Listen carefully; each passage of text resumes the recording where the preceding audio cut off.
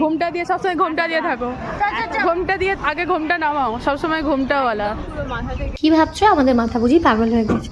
তা একটু হয়েছে গরমে, তো গরম এখানে, অথচ এদের পরিবারের সকলকে নিয়ে হঠাৎ করেই প্ল্যান করে আমরা চলে গেলাম একটু ঠাকুর দর্শনে। প্রথমে গিয়েছিলাম বিশালক্ষী মায়ের মন্দিরে, সেখানে সবাই মিলে ঠাকুরকে দেখে প্রণাম টনাম করে ওখান থেকে সোজা চলে গেলাম বসন্ত রায়ের টেম্পলে। সেখানে রয়েছে শিব মন্দির, যেটা ভীষণই জাগ্রত, আর সেখানে অনেক অনেক মানুষ আসা যাওয়া করে।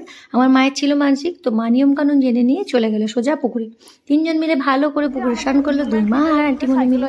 যাই হোক, সবাই মিলে ভালো করে পুকুরে স্নান টান করে নিয়ে সোজা চলে গেল জল ঢালতে। আমরা বাড়ি থেকে স্নান টান করেই গেছিলাম যদিও, তাই আমরা আর নামিনি। এই হলো নিয়ম, এখানে জল ঢালতে হয়, সোজা শিবের মাথায় গিয়ে পড়ে। যাই হোক, প্রণাম টনাম করে নিয়ে স্নান জল খেয়ে নিয়ে চলে গেলাম ঠাকুর দর্শনে। মারাও সবাই চেঞ্জ করে নিল, ঠাকুর রয়েছে পাতালে, ঠাকুরের দর্শন করে নিয়ে